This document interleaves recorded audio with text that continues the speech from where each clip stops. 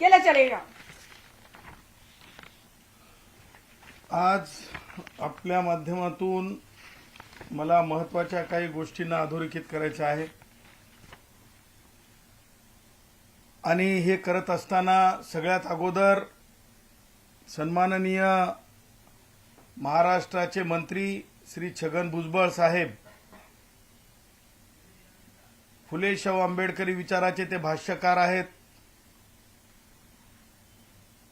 त्यांनी आपल्या माध्यमातून समजतंय की आजच्या मंत्रिमंडळ बैठकीतून सभात्याग केलेला आहे किंवा आजच्या मंत्रिमंडळ बैठकीत ते असणार नाही।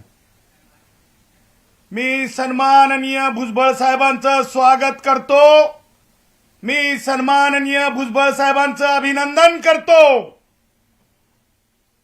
कालच ज्या प्रकारे मंत्रिमंडळातील मंत्री श्री राधाकृष्ण विखे पाटील आणि त्यांच्या सोबतच्या सवंगड्यांनी ज्या प्रकारे संविधानाला फ्रॉड होईल, संविधानाला फ्रॉड होईल, संविधानाचा फ्रॉड होईल अशा प्रकारचा एक शासन निर्णय काढण्याचं जे धाडस दाखवलं, तो धाडस म्हणजे फ्रॉड विथ द कॉन्स्टिट्यूशन आहे, फ्रॉड विथ द कॉन्स्टिट्यूशन आहे, फ्रॉड विथ द कॉन्स्टिट्यूशन आहे।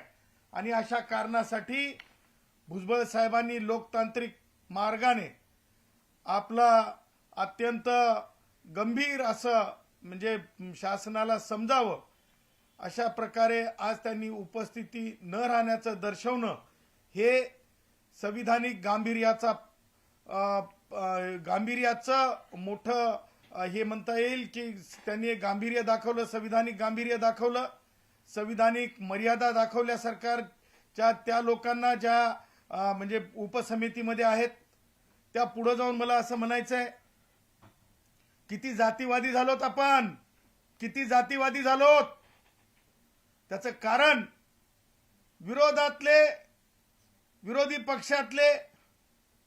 विरोधी पक्षातले सगळे मराठ्यांचे खासदार आमदार, सत्तेतले मंत्री मराठ्यांचे, सत्तेतले खासदार आमदार मराठ्यांचे, सगळे जर जातीच्या आधारावरच ठरवणार असतील,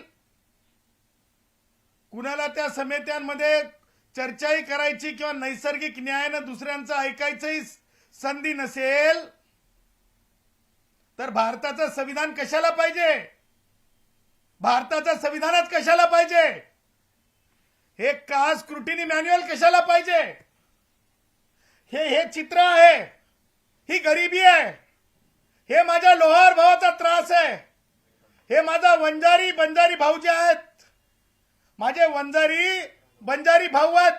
कसा ऊस चाळल्याच्या नंतर, कशा ऊसाची मोळी बांधल्याच्या नंतर, कशी गाडी भरताना ऊसाची, रात्रीला कसा सरप चावतंय, रात्रीला कसं पान लागतंय, ह्या त्या दुःखाच्या रेषा आहेत, ह्या कपाळावर पडलेल्या आठी आहेत।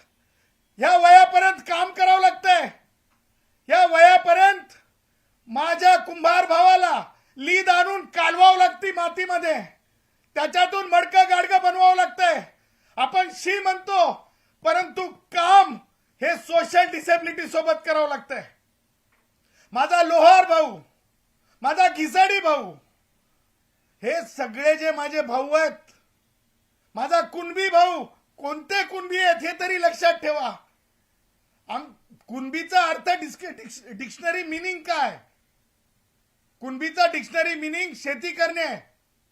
मग ब्राह्मण माणूस जर शेती करत असेल तर त्या काळामध्ये शेतकऱ्याला कुणबी म्हणलं जायचं, बौद्ध माणूस शेती करत असेल तर महार म्हणून, कुणबी म्हणून तो शेतीशी संबंधित आहे।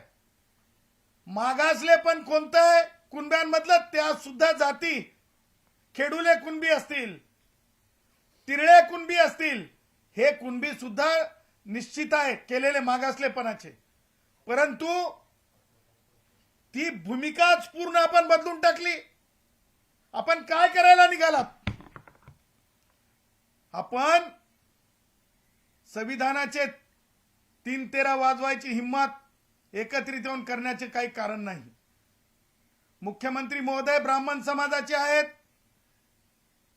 मुख्यमंत्री महोदय ब्राह्मण समाजाचे आहेत, मुख्यमंत्री महोदय ब्राह्मण समाजाचे आहेत, घेरू नका. आम्हाला माहिती आहे शिंदे साहेब, सन्माननीय उपमुख्यमंत्री महोदय, आपण दरेगावाला नेहमीच जात असता जेव्हा आपल्या डोक्यावर ताण पडतंय. परंतु आपण दरेगावाला जाऊन ओबीसींची वाट लागावी असं आपल्यामधून कधीच अपेक्षित नाही, कधीच अपेक्षित राहणार नाही. मी सन्माननीय उपमुख्यमंत्री एकनाथरावजी शिंदे साहेबांना आवाहन करतो, कालचा शासन निर्णय हा अल्ट्रा व्हायरस आहे, हा व्हायरस आहे, हा व्हायरस आहे. तुम्ही आज चालू असलेल्या बैठकीमध्ये शिंदे साहेब हा शासन निर्णय मागे घ्यायला सांगा. या निर्णयातून मराठा भावांचा काहीच फायदा होणार नाही, परंतु या निर्णयामुळे दोन समाजाची तेढ निर्माण होण्याची वेळ आलेली आहे. मला सांगा शिंदे साहेब, सामाजिक मागासलेपण जे मी आता माझे भाऊ सांगितले, आज माझा गोसावी भाऊ असेल, माझा कुडमुड्या दोषी ब्राह्मण असेल भटकंती करणारा, त्याचबरोबर माझे इतर भाऊ असतील, या सगळ्या मागासलेल्या ओबीसींवर आपण कुऱ्हाडीनं कट कट कट त्यांचे हक्क तोडायचे का? कुऱ्हाडीनं कट कट कट आरा मशीन मध्ये टाकून जसं लाकूड कापतो तसं कापायचं का? लाकूड कापतो तसं कापायचं का? खाटकासारखं यांना तोडायचं का? भारतरत्न डॉक्टर बाबासाहेब आंबेडकरांनी हा स्पेस निर्माण करून दिला. हा स्पेस शिंदे साहेब आणि राधाकृष्ण विखे पाटील, तुम्हाला मला सांगायचंय, राधाकृष्ण विखे पाटील, तुम्ही 8व्या मंत्रालयामध्ये तुम्ही मला 1 महिन्या अगोदर किंवा मागे काही आठवड्यां अगोदर भेटला होतात, तेव्हा मी तुम्हाला बोललो होतो की तुम्ही महसूल मंत्री असताना मागासवर्गीयांना अंत्यसंस्कार करण्यासाठी स्मशानभूमी सुद्धा तुम्ही दिलेली नव्हती. गायरान जमिनी सुद्धा नावावर पूर्ण होऊ शकल्या नव्हत्या. अशी तुमची महान कीर्ती आहे मागासलेपणाच्या लोकांसाठी. आणि त्यातले त्यात आम्ही तुम्हाला परवा आव्हान केलं होतं, राधाकृष्ण विखे पाटील, की ओबीसींना आम्ही विरोधक म्हणून आम्हाला बोला. नैसर्गिक न्याय नाही का? जातीवाद आहे का? ओबीसींना बोलू नये का? सन्माननीय धनंजय मुंडेंना का बोलवलं नाही? सन्माननीय बावनकुळे साहेब का नाहीत सोबत तुमच्या? प्रश्न विचारले जातील. पोट भरलेल्याला डेझर्ट देणं आणि कष्टकरी माझ्या ओबीसी, खऱ्या ओबीसींना त्यांच्या हातातला कुटका हिसकावून घेणं हा द्रोह आहे, द्रोह. हा द्रोह आहे, द्रोह. हा द्रोह आहे, द्रोह. आणि म्हणून मला सांगायचं आहे की ही वस्तुस्थिती आहे. ज्या प्रकारे सन्माननीय छगन भुजबळ साहेबांना रिंगण करण्यात आलं, मंत्रिपदाचा राजीनामा देईपर्यंत, ज्या प्रकारे सन्माननीय धनंजय मुंडेंना रिंगण करण्यात आलं, त्यांना त्रास देईपर्यंत, परत हा त्याचं वजन त्याच लोकांनी सांगितलंय किती किलोचा आहे, जरंग्या. ह्या मला म्हणायचं नाही किती छटाक आहे, किती छटाक आहे जरंग्या, मला म्हणायचं नाही. पण जरंग्या, तू ज्या प्रकारे मुंडेंचं उठवून लावतो, हे जे वक्तव्य तुझं चाललं, एका सन्माननीय पदावरल्या महिलेच्या बाबतीत तू जे बोललास, माय बहीण लोकांची काढलीस, धनगर भावांच्या बाबतीत बांबू जाईल म्हणलास, बांबू घातला म्हणलास, बांबू. ते शब्द सुद्धा कमरेखालच्यात बांबू घालू असं जे बोललास तू, ह्या सगळ्या गोष्टी महाराष्ट्र ध्यान ठेवणार आहे. आणि मला हेच म्हणायचं आहे की ह्या गोष्टीचे कॉन्सिक्वेन्सेस कायदेशीर त्याचबरोबर डेमोक्रेटिकली फेस करावे लागतील. आता आपण म्हणाल की फ्रॉड काय आहे, तुम्हाला मला सांगायचं आहे की माननीय सर्वोच्च न्यायालयाने Jammu and Kashmir public service कमिशनच्या जजमेंटमध्ये सांगितलेलं आहे की जो ऍक्ट असतो, ज्या प्रकारचा रिझर्वेशनचा ऍक्ट आहे आपल्याकडे, रिझर्वेशनचा ऍक्ट ज्या प्रकारे आहे, त्या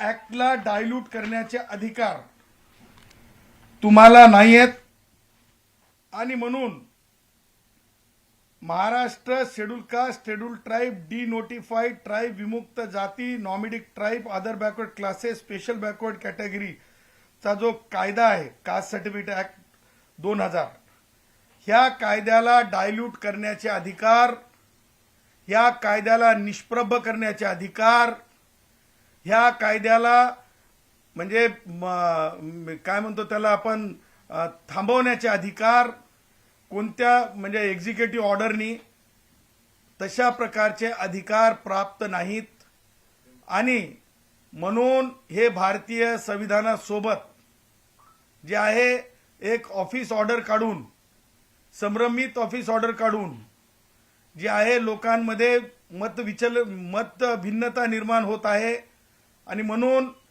कालची कृती ही भारतीय संविधानाच्या आर्टिकल 340 या कलमाला जे आहे, ज्या ह्या कलमाच्या स्पिरिटच्या विरुद्ध आहे. कालचा शासनाचा GRची कृती ही त्यातून निर्माण झालेल्या रिझर्वेशन ऍक्टला निष्प्रभ करणारी आहे. कालच्या GRची कृती ही त्या रिझर्वेशन ऍक्ट 2000च्या आधारे कास्ट सर्टिफिकेटच्या संदर्भातले रूल्स जे 2003 कॉन्टम्प्लेट झाले, त्या रूलवर म्हणजे एक घाला आहे, त्या रूलला बेकायदेशीर ठरवण्याची प्रक्रिया आहे. त्याचबरोबर भारतीय संविधानातील आर्टिकल 340 ला म्हणजे एका प्रकारे सन्माननीय माजी न्यायमूर्ती संदीप शिंदे हे मागास आयोग नाहीत, सन्माननीय माजी काय आपले माजी सन्माननीय माजी हे न्यायमूर्ती सन्माननीय शिंदे हे जे आहेत हे कोणत्याही प्रकारे मागास आयोग नव्हते आणि त्यामुळे त्यांना शिफारस करण्याचाच मुळात अधिकार नाही. त्यांना शिफारसच करण्याचा मुळात अधिकार नाही, कारण मागास आयोगच शिफारस करू शकते आणि त्यामुळं संदीप शिंदे न्यायमूर्ती निवृत्त